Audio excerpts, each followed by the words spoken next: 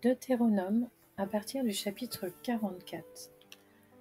Voici la loi que Moïse exposa aux Israélites. Voici les instructions, les prescriptions et les règles que Moïse donna aux Israélites après leur sortie d'Égypte. C'était de l'autre côté du Jourdain, dans la vallée qui se trouve vis-à-vis de Beth-péor, dans le pays de Sion, le roi des Amoréens, qui habitait à Hesbon et qui fut battu par Moïse et les Israélites après leur sortie d'Égypte. Ils s'emparèrent de son pays et de celui d'Og, le roi du Basan. Ces deux rois, les Amoréens, habitaient de l'autre côté du Jourdain, à l'est. Leur territoire s'étendait depuis Aroër sur les bords du torrent de l'Arnon jusqu'au mont Sirion, c'est-à-dire l'Hermon, et ils embrassaient toute la plaine de l'autre côté du Jourdain, à l'est jusqu'à la mer de la plaine, au pied du Pisga. Deutéronome, chapitre 5. Moïse convoqua tous les Israélites et leur dit : « Écoute, Israël, les prescriptions et les règles que je vous fais entendre aujourd'hui. Apprenez-les et mettez-les soigneusement en pratique. L'Éternel, notre Dieu, a conclu une alliance avec nous à Horeb. Ce n'est pas avec nos ancêtres que l'Éternel a conclu cette alliance, c'est avec nous, qui sommes ici aujourd'hui, tous vivants. L'Éternel vous a parlé face à face sur la montagne, du milieu du feu. Je me suis alors tenu entre l'Éternel et vous pour vous annoncer la parole de l'Éternel. En effet, vous aviez peur du feu, et vous n'êtes pas monté sur la montagne. Il a dit : Je suis l'Éternel, ton Dieu, qui t'ai fait sortir d'Égypte, de la maison d'esclavage. Tu n'auras pas d'autre Dieu devant moi. Tu ne te feras pas de sculpture sacrée ni aucune représentation de ce qui est en haut dans le ciel, en bas sur la terre et dans l'eau plus bas que la terre. Tu ne te prosterneras pas devant ces choses, et tu ne les serviras pas, car moi, l'Éternel ton Dieu, je suis un Dieu jaloux. Je punis la faute des pères sur les enfants jusqu'à la 3e et à la 4e génération de ceux qui me détestent. Et j'agis avec bonté jusqu'à 1000 générations envers ceux qui m'aiment et qui respectent mes commandements. Tu n'utiliseras pas le nom de l'Éternel ton Dieu à la légère, car l'Éternel ne laissera pas impuni celui qui utilisera son nom à la légère. Respecte le jour du repos en faisant un jour saint, comme l'Éternel ton Dieu te l'a ordonné. Pendant 6 jours, tu travailleras et tu feras tout ce que tu dois faire.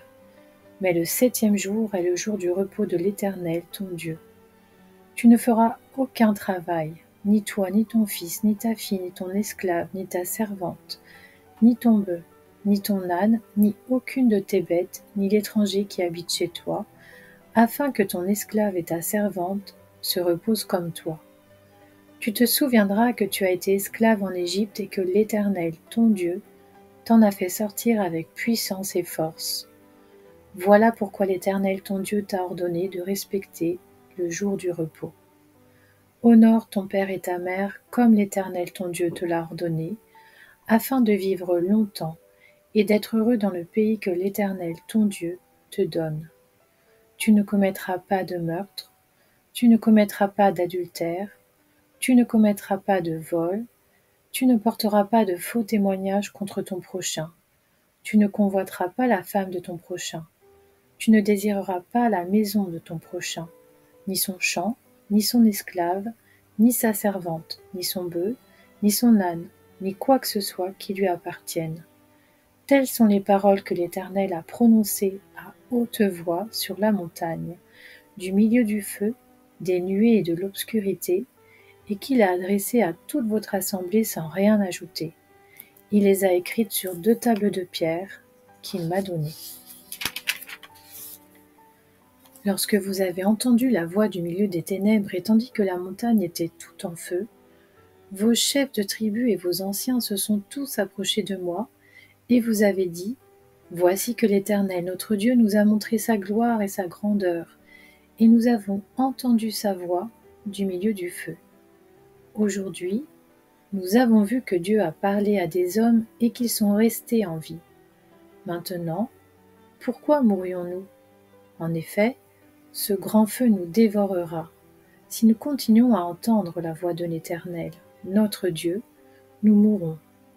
Quel est l'homme, en effet, qui a déjà entendu comme nous le Dieu vivant parler du milieu du feu et qui soit resté en vie? Que ce soit toi qui t'approches et écoute tout ce que dira l'Éternel, notre Dieu. Tu nous rapporteras toi-même tout ce que te dira l'Éternel, notre Dieu. Nous l'écouterons et nous le ferons. L'Éternel a entendu les paroles que vous m'avez adressées, et il m'a dit, j'ai entendu les paroles que ce peuple t'a adressées. Tout ce qu'ils ont dit est bien.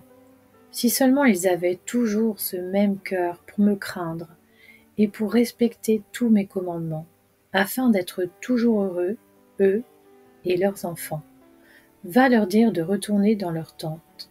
Quant à toi, reste ici avec moi, et je te dirai tous les commandements, les prescriptions et les règles que tu devras leur enseigner, afin qu'ils les mettent en pratique dans le pays dont je leur donne la possession.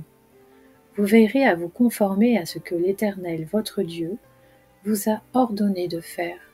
Vous ne vous en écarterez ni à droite ni à gauche. Vous suivrez entièrement la voie que l'Éternel, votre Dieu, vous a prescrite, afin de vivre et d'être heureux, de vivre longtemps dans le pays dont vous aurez la possession. Deutéronome, chapitre 6. Voici les commandements, les prescriptions et les règles que l'Éternel, votre Dieu, a ordonné de vous enseigner afin que vous les mettiez en pratique dans le pays dont vous allez prendre possession, afin que tu craignes l'Éternel, ton Dieu, en respectant tous les jours de ta vie, toi, ainsi que ton fils et ton petit-fils, toutes ces prescriptions et tous ces commandements que je te donne, et afin que tu vives longtemps. Tu les écouteras donc, Israël, et tu veilleras à les mettre en pratique afin d'être heureux, et de devenir très nombreux, comme te l'a dit l'Éternel, le Dieu de tes ancêtres, en te promettant un pays où coule le lait et le miel. Écoute Israël, l'Éternel notre Dieu est le seul Éternel. Tu aimeras l'Éternel ton Dieu de tout ton cœur, de toute ton âme et de toute ta force. Les commandements que je te donne aujourd'hui seront dans ton cœur. Tu les répéteras à tes enfants. Tu en parleras quand tu seras chez toi, quand tu seras en voyage, quand tu te coucheras et quand tu te lèveras. Tu les attacheras à tes mains comme un signe, et ils seront comme une marque entre tes yeux. Tu les écriras sur les montants de la porte de ta maison et sur les portes de tes villes. L'Éternel ton Dieu va te faire entrer dans le pays qu'il a juré à tes ancêtres, à Abraham, Isaac et Jacob, de te donner. Tu posséderas de grandes et bonnes villes que tu n'as pas construites, des maisons pleines de toutes sortes de biens et que tu n'as pas remplies, des citernes que tu n'as pas creusées, des vignes et des oliviers que tu n'as pas plantés. Lorsque tu mangeras à satiété, fais bien attention de ne pas oublier l'Éternel qui t'a fait sortir d'Égypte, de la maison d'esclavage. C'est l'Éternel, ton Dieu, que tu craindras. C'est lui que tu serviras, et c'est par son nom que tu prêteras serment. Vous ne suivrez pas d'autres dieux, pris parmi les dieux des peuples qui sont autour de vous. Car l'Éternel, ton Dieu, est un Dieu jaloux au milieu de toi. La colère de l'Éternel ton Dieu s'enflammerait contre toi, et il t'exterminerait de la surface de la terre. Vous ne provoquerez pas l'Éternel votre Dieu, comme vous l'avez fait à Massa. Vous respecterez les commandements de l'Éternel votre Dieu, ses instructions et ses prescriptions qu'il vous a données. Tu feras ce qui est droit et ce qui est bien aux yeux de l'Éternel, afin d'être heureux et d'entrer en possession du bon pays que l'Éternel a juré à tes ancêtres de te donner, après avoir chassé tous tes ennemis devant toi, comme il l'a dit. Lorsque ton fils te demandera un jour « Que signifient les instructions, les prescriptions et les règles que l'Éternel notre Dieu vous a données ?» Tu lui diras « Nous étions esclaves du Pharaon en Égypte, et l'Éternel nous a fait sortir de l'Égypte par sa main puissante. L'Éternel a accompli sous nos yeux de grands miracles et prodiges, porteurs de malheur pour l'Égypte, pour le Pharaon et pour toute sa maison. Il nous a fait sortir de là pour nous amener dans le pays qu'il avait juré à nos ancêtres de nous donner. L'Éternel nous a ordonné de mettre toutes ces prescriptions en pratique et de craindre l'Éternel, notre Dieu, afin que nous soyons toujours heureux et qu'il nous conserve la vie comme il le fait aujourd'hui. Nous aurons droit à la justice lorsque nous veillerons à mettre en pratique tous ces commandements devant l'Éternel, notre Dieu, comme il nous l'a ordonné.